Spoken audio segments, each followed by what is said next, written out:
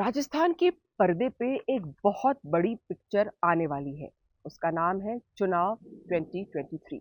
लेकिन उसके पहले जो ट्रेलर है उसमें एक किरदार ने एंट्री मारी है। ये किरदार है ईडी। ईडी कोई नायक नहीं है। ईडी इन्फोर्समेंट डायरेक्टरेट है। और इन्फोर्समेंट डायरेक्टरेट अब मुख्य नायक, इस पिक्चर के मुख्य नायक अशोक गहलोत के घर तक पहुंच गई है, उनके दहलीज तक पहुंच गई है।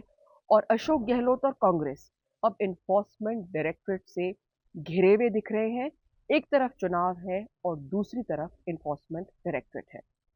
सबसे पहले जो छापेमारी इन्फोर्समेंट डायरेक्टरेट ने करी है और ज्यादा जो नुकसान पहुंचा सकती है वो है कि कांग्रेस अध्यक्ष जो है गोविंद सिंह डोटासरा, उनके घर पर छापेमारी हुई है। लेकिन उससे ज्यादा जो डैमेजिंग है इन्फोर्समेंट डायरेक्टरेट की जो छापेमारी है वो है वैभव गहलोत। वैभव गहलोत को बुलाकर इन्फोर्समेंट डायरेक्टरेट ने पूछताछ करी है। अब क्या है वैभव गहलोत का पूरा ये मामला, आइए इसको समझते हैं। वैभव गहलोत अशोक गहलोत के बेटे हैं। वैभव गहलोत का कहना है कि उनके खिलाफ एक 12 साल पुराना केस उठाया गया है और उनका इस केस से कोई लेन देन नहीं है।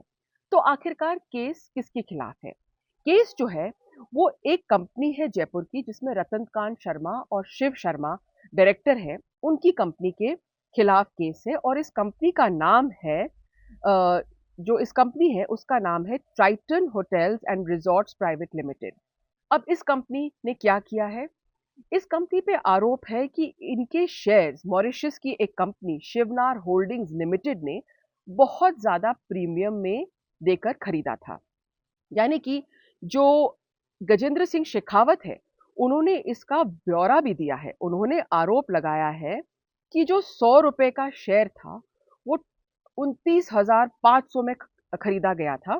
कि ट्राइटन होटल का जो 100 रुपए का शेयर था वो एक मॉरिशस की कंपनी ने 29,500 में खरीदा गया था और ये पैसा फिर वापस इंडिया भेजा गया था।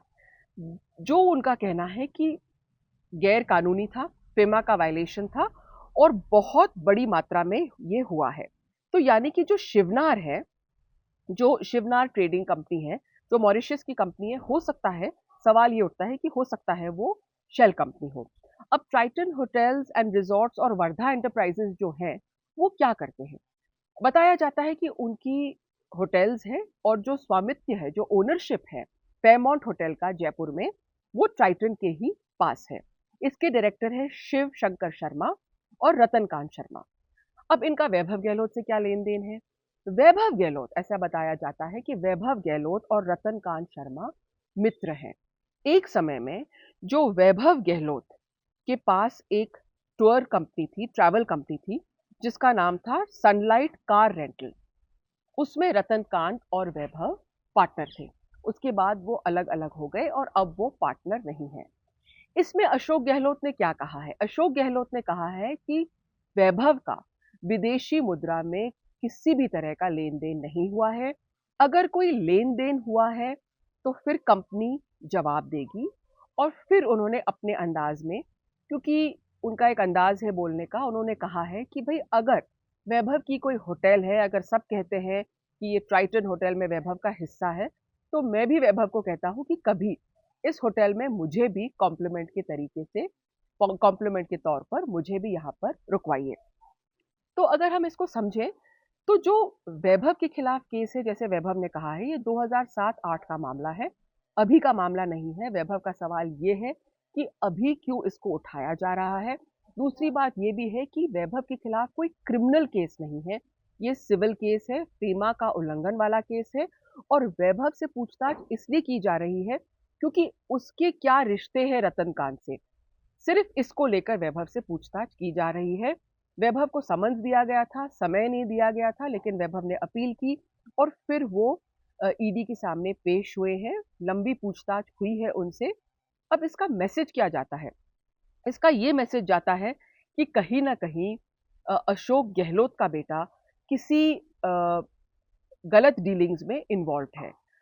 अशोक गहलोत एक तरफ अपनी सादगी की सियासत, अपनी साफ छवि के लिए जाने जाते हैं, तो एक तरह से ये उनकी छवि पर कहीं ना कहीं संशय पैदा करेगा या लोगों के मन में कहीं ना कहीं एक सवाल खड़ा करेगा कि क्या सचमुच अशोक गहलोत जो कहते हैं, जिनको कहते हैं कि आज का गांधी, क्या वो सचमुच आज का गांधी है या नहीं। लेकिन वैभव का भी कहना सही है कि 12 साल पुराना केस हमेशा चुनाव के पहले क्यों उठता है। अब सवाल ये है कि राजस्थान में जो पिक्चर आने वाली है चुनाव 2023, उसमें क्या ये जो प्लॉट है, जो ईडी की एंट्री हुई है, क्या ये उस चुनाव में कुछ अहम भूमिका निभाएगी, या फिलहाल ये इतना ही काम करेगी कि अशोक गहलोत को घेरने की कोशिश करेगी, उनके राजनीतिक अस्तित्व पर कुछ सवाल खड़े करने की कोशिश करेगी।